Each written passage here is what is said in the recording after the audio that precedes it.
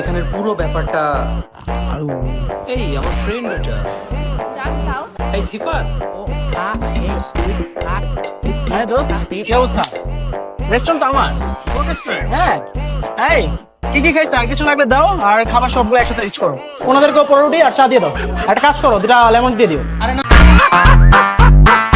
না, দরকার নেই। আরে নে, এখানে আসছো আমার রেস্টুরেন্ট, খা খা। দেখা করবি কিন্তু, ঠিক আছে? ঠিক আছে।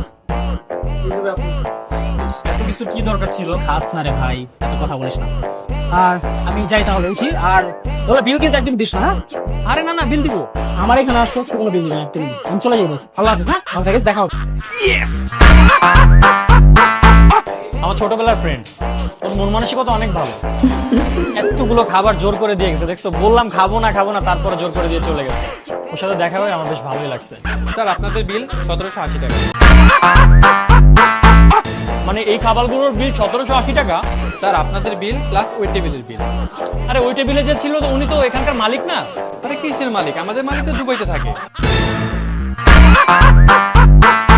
কি কি খাইছো? আর কিছু লাগবে দাও, আর খাবার সবগুলো একসাথে লিস্ট করো। তুমি না বলছিলা তোমার ফ্রেন্ড অনেক ভালো। দেখলাম তো।